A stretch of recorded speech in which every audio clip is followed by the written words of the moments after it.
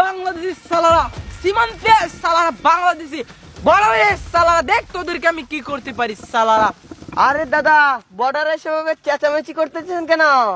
আরে বাংলাদেশি দাদা, বল আমাদের কাছ থেকে পেঁয়াজ নিবি কি না? না, তোদের কাছ থেকে বুলেও পেঁয়াজ রসুন আদা নেওয়া যাবে না। কি তুই আমাদের কাছ থেকে পেঁয়াজ দিবি না? দেখবি আমরা ইন্ডিয়া কি করতে পারি। যা, বাংলাদেশের কি করতে পারবি করে ফেলিস। দেখবি আমি কি করতে পারি। দেখ, নিজের সাথে নিজে বন নিয়ে এসেছি, একদম নিজের পেঁয়াজ ক্ষেত গুলো যা আছে একদম পুড়িয়ে ছারকার করে দিব। ইন্ডিয়ার যা আছে সবকিছু পুড়িয়ে ছারকার করে দিব, নিজেকে শেষ করে দিব। আরে দাদা, কি বলেন? সবকিছু জ্বালিয়ে দিবেন? দাঁড়ান দাদা, আমি আসতেছি, এখনই আসতেছি, দাঁড়ান। আমি জানতাম এই বাংলাদেশে আমাদের সাথে প্রতারণা করবে না, আমাদের সাথে ব্যবসা করবে। আসেন দাদা আসেন, এই সালা এই পাকিস্তানি বাংলাদেশের সাথে ব্যবসা করছে আর আমাদেরকে একদম লাঠি তুলে দিয়েছে। ব্যবসা ব্যবসা নতুন করে চালু করব। আসেন দাদা আসেন আসেন। আমি জানতাম দাদা, আপনাদের আর আমাদের দাদা বন্ধুত্ব দাদা কখনোই দাদা ভাঙতে পারে না দাদা, আমি সেটা জানতাম। এটা কি দাদা এনেছেন?